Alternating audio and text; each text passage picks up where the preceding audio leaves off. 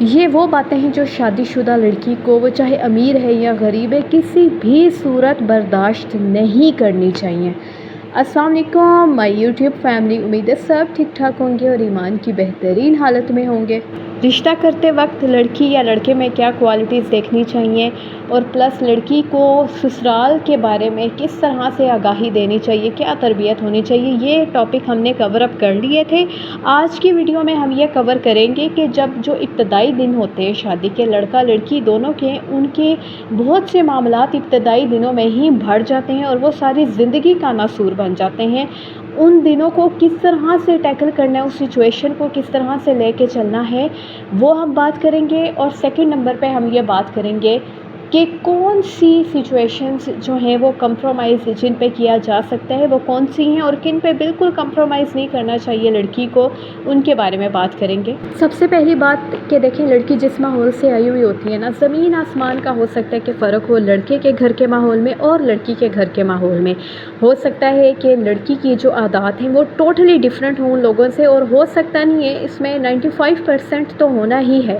دیکھیں، کھانے پینے کے ماحول کو ہم سب سے پہلے لے کے بات کر لیتے ہیں کہ ہو سکتا ہے جو وہ لڑکی ہے وہ اپنے گھر میں جو ہے 9-10 بجے ناشتہ کرتی ہو، لیکن شادی ہو کے جہاں آئی ہے وہ وہاں پہ جلدی فجر کے ٹائم ناشتہ کر لیا جاتا ہو۔ سیکنڈ نمبر پہ اٹھنے سونے سے ریلیٹڈ کہ جی جہاں سے لڑکی آئی ہے وہاں پہ لیٹ سویا جاتا ہو، لیکن جہاں شادی ہو کے آئی ہے وہاں جلدی سویا جاتا ہو۔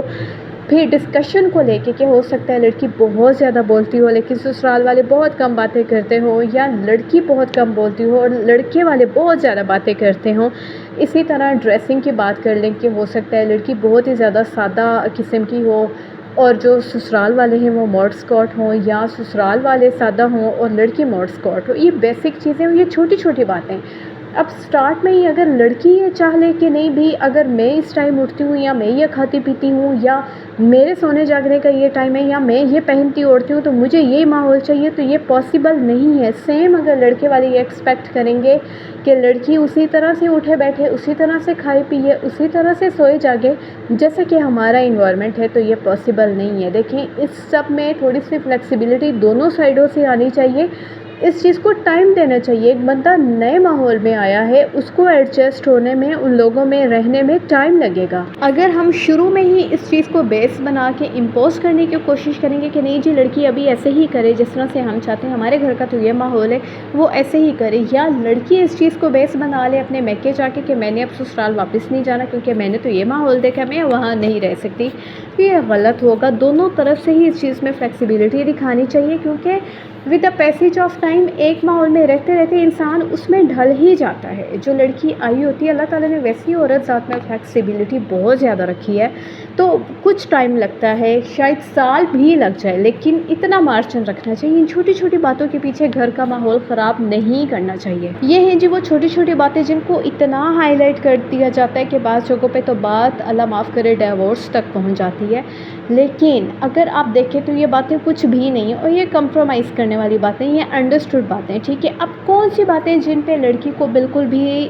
کمپرومائز نہیں کرنا چاہیے؟ نمبر 1، اگر جو ہے اس کو فزیکل ابیوز کیا جا رہا ہے، اس کو مارا پیٹا جا رہا ہے، وہ چاہے شوہر ہے یا چاہے سسرال والے ہیں۔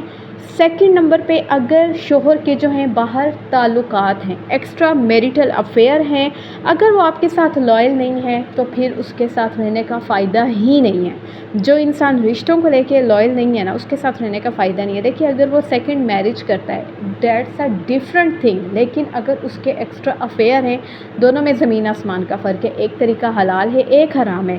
اور تیسرے نمبر پہ اگر آپ کا شوہر یا آپ کے گھر کمائی جو ہے وہ حرام طریقوں سے آ رہی ہے، یہ 3 سچویشنز ایسی ہیں جو بالکل بھی جن پہ کمپرومائز نہیں کرنا چاہیے۔ اب آپ نے کیا کرنا ہے کہ اب آپ نے یہ نہیں کہنا کہ جی باجی نے تو ہماری نے یہ کہہ دیا تھا کہ یہ بالکل بھی کمپرومائز کرنے والی سچویشن نہیں ہے، تو بس جی بیگ اٹھایا، بریف کیس اٹھایا اور چل نکلے۔ نہیں، ایسا نہیں کرنا۔